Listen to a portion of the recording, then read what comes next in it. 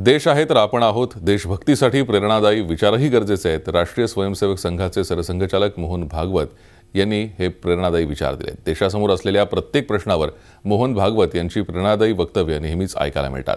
मग तो सामाजिक मुद्दा असेल किंवा आर्थिक किंवा सामरिक. मोहन भागवत यांनी नेहमीच देशाला दिशा देणारे विचार मांडलेत. आज आम्ही तुम्हाला सरसंघचालकांची काही भाषणं एकत्रितरित्या ऐकवणार आहोत. हिंदुओं के देश में राम के जन्मभूमि पर राम का मंदिर बनना चाहिए। इतनी सरल बात है, इसमें किसी का विरोध नहीं है, किसी को नीचा दिखाना नहीं।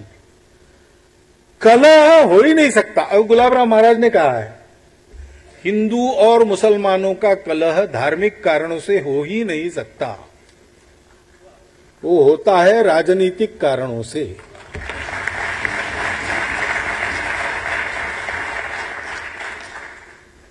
ये ससुरी राजनीति बीच में से हट जाए तो कोई समस्या नहीं है, आज भी नहीं है, उस समय भी नहीं थी, ये बीच में आ गई इसलिए लंबा हो गया है।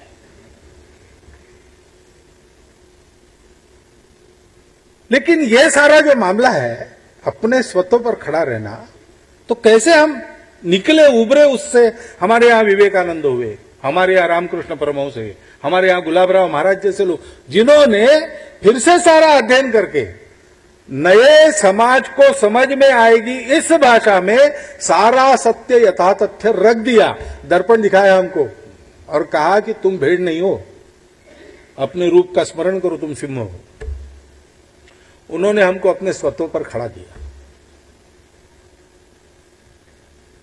अब ये जो प्रयास होता है ना, कोई भी प्रयास है तो तीनों चाहिए, ज्ञान कर्म भक्ति। इनकी त्रिवेणी का जब संगम होता है तब परिणाम आता है।